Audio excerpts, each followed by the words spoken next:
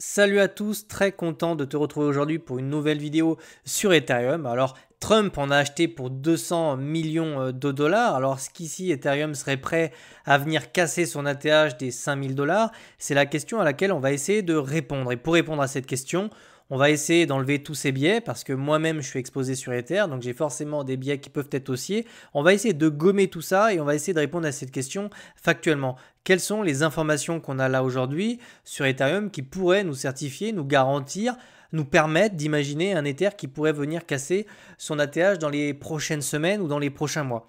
Pour répondre à cette question, on va se servir de la data du World Liberty Financial de Trump pour aller voir un petit peu les achats qu'ils ont passés. On ira faire de l'analyse technique. Est-ce qu'Ether, il est haussier, il est baissier? Qu'est-ce qu'il nous fait précisément pour essayer d'avoir un cadre chartiste pour répondre à cette question? Puis on va aussi regarder un petit peu le sentiment de marché concernant Ethereum.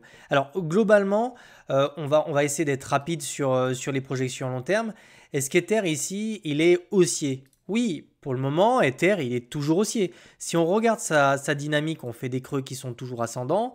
Donc ça, c'est des choses qu'on avait déjà vues ensemble. On fait des creux qui sont ascendants. Donc ici, idéalement, il faudrait venir trouver en fait un nouveau creux ascendant pour vraiment montrer qu'on a une dynamique ici qui s'accélère. Et ça, c'est extrêmement important. C'est pour ça que les niveaux actuels autour des 3000 dollars sont d'une importance capitale, je précise. On ne doit pas casser ces niveaux-là parce que revenir sur ces niveaux-là autour des 2300 nous montrerait en fait qu'on est en train de casser une dynamique qui était haussière. Pour le moment, cette dynamique est toujours haussière. On fait ici des sommets qui sont ascendants et on est en charge ici d'essayer de trouver notre creux ascendant pour venir chercher en fait notre nouveau sommet ascendant. D'accord? Sommet ascendant qui se fera donc avec la cassure d'un niveau particulièrement important, le niveau des 4000 dollars qui est un niveau important. Pourquoi? Parce que ça a été une résistance à plusieurs reprises, une, deux fois, 3, 4, 5 fois. Donc c'est un petit peu le niveau, voilà, on a un mur énorme sur ces niveaux-là. Une fois qu'on le casse, pour moi, je l'ai déjà dit, je le dis, hein, je le pense vraiment, je pense qu'on se téléporte après à 6, 7000 sans trop de problèmes. Je ne suis pas sûr que la résistance des 5000 en soit vraiment une. Honnêtement, après ce qu'on a fait ici, je pense que passer les 5000, on ira très rapidement chercher les 6, 7000 dollars et pourquoi pas les 8000 dollars. En ce qui concerne les objectifs très long terme, j'en ai un précisément en tête. D'ailleurs, des fois, on vous dit qu'on n'en a pas. Moi, j'en ai un qui est très précis, qui a plutôt bien marché sur Bitcoin parce qu'on est toujours dessus. C'est ce niveau-là de cette triple résistance. Et je pense que sincèrement, autour des... alors, on verra en fonction de quand on viendra chercher ces trends. Mais je crois qu'autour des 8000 dollars, il serait, à mon sens, très avisé de prendre des profits sur Ether si on a le bonheur de venir chercher ce niveau-là. Je vous assure qu'ici, on aura vraiment un mur. Je pense d'ailleurs que ça correspond peut-être à un niveau Fibo. Je ne sais pas, on va aller voir ça tout de suite. Je vais aller, j'en sais rien, je vais regarder ça en même temps.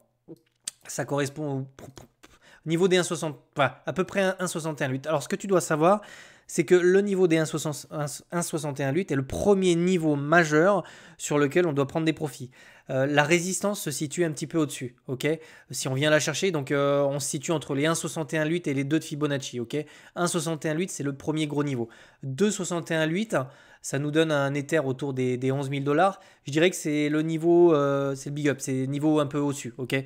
Donc, tu as quand même de grandes chances ici, entre le 1,61,8 et les 8000 dollars de prendre des profits sur Ethereum si on a une jambe haussière et une période comme ça un petit peu parabolique. J'ai tendance à penser qu'on rentre dans une phase, une des dernières phases du cycle, qui est une accélération haussière peut-être sur certains assets. Ça va dépendre de mon analyse technique que je vais te faire demain d'ailleurs au passage. Donc ça va dépendre de la BTC dominance, je vais traiter ça. Ça va dépendre du Total 3. On a envie de voir des flots qui rentrent. Ça n'a pas été le cas avec le token Trump. Ce que j'ai remarqué, et je l'évoque très rapidement, c'est que même si Trump a fait un token avec sa femme, on n'a pas eu d'inflow dans le marché. Et c'est énormément de gens qui ont vendu leurs altcoins pour acheter le Trump. Ok. Alors pour l'instant, ça nous fait juste de la publicité, mais il n'y a pas eu d'inflow. Moi, je veux vraiment voir de l'inflow avec une phase parabolique sur nos assets, avec si je puis dire, de la viande fraîche. Vous voyez, des gens qui viennent dans le marché et qui ne sont pas encore là pour vraiment avoir ce dernier round. Ok. Auquel cas, on pourrait commencer à plier bagage. Donc ici, tu connais un peu les niveaux. Niveau extrêmement important des 4000 à casser. Niveau de profit qui se situe entre les 7000 et 8000 dollars, qui sera un niveau extrêmement important, d'accord. Maintenant, on doit maintenir aussi cette dynamique qui est haussière. Pour le moment, je le maintiens. On est toujours sur une dynamique haussière. Donc, c'est des creux, des sommets ascendants. Et puis là, on vient vraiment chercher ce creux, cette épaule, tête-épaule. Si tu la vois pas, c'est celle-ci. L'épaule, la tête et l'épaule ici, qui est une figure chartiste extrêmement puissante parce qu'elle nous indique en fait simplement qu'on a énormément de momentum. Donc vraiment, il y a également cette figure chartiste. Vraiment, d'un point de vue pattern, si on arrive à tenir ces niveaux-là et qu'on la construit, c'est à minima, c'est la hauteur de cette tête-là. Donc là aussi, on a plusieurs objectifs haussiers. On a celui-là, hop, je vais essayer de te mettre ça précisément. Hop, un petit peu au-dessus. Donc on a premier objectif qui se situerait autour des 5800, ce serait la hauteur de cette tête, d'accord. Et un petit peu plus, c'est la tasse et la anse. On pourrait prendre la profondeur de ce niveau-là et on pourrait se le projeter un petit peu plus haut pour nous donner aussi une idée de là où on pourrait venir chercher les niveaux de prix qui correspondent à 6800, 6900. Donc vous voyez, globalement, premier objectif serait les 6000 dollars, ensuite les 7000 dollars et puis ensuite le dernier qui se situerait entre les 8500, les 9000 dollars avec Fibonacci. Niveau d'invalidation. Après, on verra les données Trump, je vais te les montrer juste après. Gros niveau d'invalidation. Alors, après, on va rentrer aussi dans le détail. Les niveaux d'invalidation que je ne veux pas voir, c'est passer sous ces niveaux-là. Ok, on ne va pas y passer 4 ans. J'aimerais pas voir Ether repasser dessous. Ce serait pas spécialement un bon signal. Pour l'instant, c'est absolument pas le cas. On est défendu sur ces niveaux-là. C'est des niveaux extrêmement importants. Donc moi, si je passe dessous, ça invalidera une partie du scénario que je suis en train de te présenter là. Ok. Alors après, il faudra défendre ce creux-là. On n'est absolument pas là. Pour moi, j'ai plutôt tendance à penser ici qu'on est en train d'essayer de défendre ce creux justement ascendant pour continuer cette dynamique qui est haussière. On va descendre en journalier. On va regarder un petit peu ce qui se passe. Alors là, c'est pareil. Hop. Est-ce qu'on va passer? Ouais, je vais rester en journalier. Ici, c'est des patterns de continuation haussière également. Ok. Alors pourquoi je vais me justifier un petit peu. Je vais t'expliquer pourquoi. Quand on a des résistances comme ça, qui sont descendantes, sur une pattern de continuation haussière, donc je le rappelle, hein, continuation haussière, on l'a vu juste avant, Ether est haussier, il essaie de faire des creux ascendants, des sommets ascendants. Les retracements sous cette forme-là sont des bull flags en fait. On vient vraiment longer cette trend-là, on vient concentrer en fait l'énergie en bas en fait de la trend et ensuite on s'échappe de la trend avec une cassure et l'objectif en fait en général derrière c'est de revenir chercher la résistance qui est ici. Donc moi je m'attends vraiment à cette cassure là, c'est mon biais, d'accord, j'ai un biais bull sur Ether parce qu'on a de la data qui est positive. Si on s'affranchit de cette trend que je viens de te montrer ici, il y a et donc au passage de la résistance qui se situe là, puisque c'est la dernière résistance avant la trend, j'ai bon espoir en fait qu'on accélère rapidement pour venir chercher les 4000 dollars, d'accord. Donc ici c'est vraiment un scénario de continuation haussière. C'est pareil ici, on voit qu'on a vraiment cette divergence qui est haussière, d'ailleurs, qui a marqué le pas ici, puisqu'on a eu un rebond sur la trend. Et outre cette divergence, j'ai plutôt l'impression qu'on est carrément dans une contraction. Donc une contraction, je t'explique ce que c'est. Donc une divergence haussière, très bien, on sait qu'on peut retrouver du momentum. La contraction, c'est encore plus important.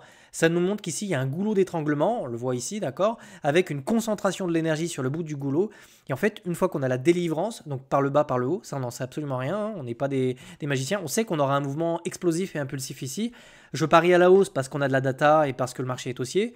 Mais je ne vois pas l'avenir. Mais ici, en tout cas, ce qu'on peut déjà s'imaginer, c'est que quand on va résoudre ce mouvement, cette contraction, cette pattern de continuation haussière, donc je parie 60%, voire 70% pour un mouvement plutôt haussier, eh ben on aura un mouvement libérateur avec une impulsion importante. Okay, donc très important, ici, c'est pareil, on le retrouve ici sur mon RSI.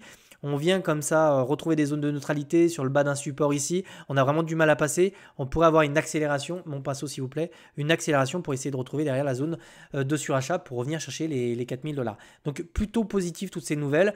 Il y a vraiment un niveau très important à surveiller. C'est la trendline que tu vois ici, qui est baissière, mais en réalité, c'est un drapeau haussier. Hein. On voit très bien qu'ici, on commence à contracter pour un mouvement de continuation haussier pour revenir chercher à minima les 4000 dollars, ensuite s'affranchir. Franchement, honnêtement, on est venu tellement chercher les 4000 que il n'y a pas un monde où on l'explose pas. Hein.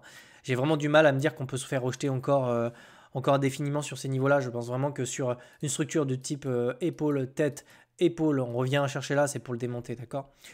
Ensuite, les data, on va aller les voir. Le World Liberty Fee, c'est un fonds d'investissement, d'accord, basé sur un protocole DeFi qui appartient à la famille Trump, enfin qui appartient, en tout cas, ils ont clairement leur nom sur la chose. Hein. On voit le père, les fils, donc il y a Eric, il y en a plusieurs, etc. Ils chapeautent un peu l'histoire. Ils ont récemment acheté pour 200 millions d'Ether. Donc globalement, ça fait quasiment partie, alors hop, je vais te mettre ça, on va actualiser la page, ça fait quasiment partie de la majorité de leur portefeuille, donc ils ont une énorme, alors ça me fait marrer, les mecs balancent des mêmes coins, mais derrière ils achètent quand même de la techno, donc on le voit là, hein. Alors c'est très particulier ce qui s'est passé, au 12 janvier, ici précisément, en fait, juste avant le bottom sur Ether, par ici en fait, par ici précisément, voilà, tu le vois en bas de mon écran, il y a quasiment tous les Ethers qui ont disparu des wallets. Donc précisément ici, tout a disparu. Ils avaient soi-disant déplacé les Ethereum dans des manœuvres de routine, qu'ils disaient. Et puis hop, tout a repop en fait sur leur wallet avec plus d'Ether. Et en fait là, ils n'arrêtent pas d'acheter d'Ether. En fait, ils font qu'acheter de l'Ether. Par exemple, là, il y a 3 heures, ils en ont encore acheté, ils en ont encore acheté 3000. Et ça n'arrête pas en fait, ça fait vraiment depuis 24 heures qu'ils n'arrêtent pas d'acheter de l'Ether. Et au passage, le fils de donc c'est Eric Trump, avait reposté le message de quelqu'un qui disait ah tiens la fondation a acheté, enfin la fondation, leur fonds d'investissement a acheté 20 millions d'Ether pour 20 millions de dollars d'Ether, et Eric Trump a retweeté en disant et vous n'avez rien vu encore, attendez de voir ce qu'on va faire demain. Il a tenu promesse puisque ce demain c'est aujourd'hui. Pour toi, c'est hier, du coup, parce que j'ai tourné la vidéo la veille. Et on voit qu'il y a énormément ici d'Ether qui ont été achetés à coût de 1500. Et ils accélèrent, en fait, ils accélèrent très clairement le nombre d'Ether qu'ils accumulent. Hein. On passait au début de petites quantités, 100, 200, 40. Et là, on est carrément passé sur des sommes qui sont 1500 Ether, 3000. Donc, ils sont clairement en train d'essayer de... Alors, je me dis, si un fonds d'investissement comme ça, Protocol, essaie d'acheter une part, enfin, c'est quand même significatif, 200 millions, c'est pas, même pour Trump, même pour eux, c'est pas rien, 200 millions. Ils ont acheté aussi un petit peu de BTC, hein, d'ailleurs, au passage, 50 millions. Ils sont quand même majoritairement passés sur Ether. Et pourquoi pas? Si on regarde Ether, c'est clairement le token qui a le plus sous-performé le marché depuis quasiment 2 ans, à pas se mentir. C'est le seul qui n'a pas explosé. On a un Dodge qui est parabolique, un Sol qui est parabolique, un BTC qui est parabolique, un XRP qui est parabolique. On a quoi d'autre? On a de la Fonda. C'est le protocole le plus utilisé, le plus gros écosystème, la market cap numéro 2, il y a des ETF. Enfin, il est quand même, c'est quand même safe ici. Il est quand même sous-évalué, de mon point de vue, personnellement. Et c'est pas un biais que de le dire, c'est une réalité. Il sous-perf et le rendement, le risk-reward est beaucoup plus important, et c'est absolument pas un conseil en investissement évidemment, hein, mais je trouve que le rendement sur Ethereum peut être beaucoup plus intéressant aujourd'hui qu'aller acheter du XRP qui est complètement vertical, du Dodge ou même du Sol. Et c'est une réalité. Donc je pense qu'ils misent un petit peu sûrement sur ce scénario de la cassure de ces structures-là. Peut-être qu'ils ont des nouveaux... Alors ça, c'est de la spéculation. Peut-être qu'ils ont des informations sur une approbation d'un ETF stacking ou une connerie comme ça. Je ne sais pas, mais en tout cas, pour le moment, et tant que le marché est haussier sur BTC, il n'y a pas un monde en fait où on n'essaie pas de casser la traîne qu'elle a pour revenir chercher les 4000 et qu'on les défonce une bonne fois pour toutes. Voilà, donc... Je pense que tu as une AT assez complète. Dis-moi si t'as aimé cette vidéo, si ça t'a intéressé, si tu veux que j'en fasse d'autres. Abonne-toi à ma chaîne, tout simplement. Vous êtes nombreux à regarder ma chaîne régulièrement et à pas vous abonner. Donc si vous aimez mon contenu, abonnez-vous. Et si vous souhaitez vous former ou rejoindre notre Discord, ça se passe sur le site de BitLearn. Vous pouvez directement rejoindre l'école directement avec les liens en description. On aura bientôt les journaux de trading qui seront partagés et énormément de contenu qui va pas tarder à arriver. Je suis très content d'ailleurs, ça marche plutôt bien et on se partage pas mal de choses dans le Discord et la communauté est top. Je suis très content d'avoir fondé BitLearn. Je te retrouve demain pour une nouvelle vidéo, cette fois-ci sur Bitcoin, et je pense qu'on a quand même pas mal de choses à se dire. Ciao, ciao.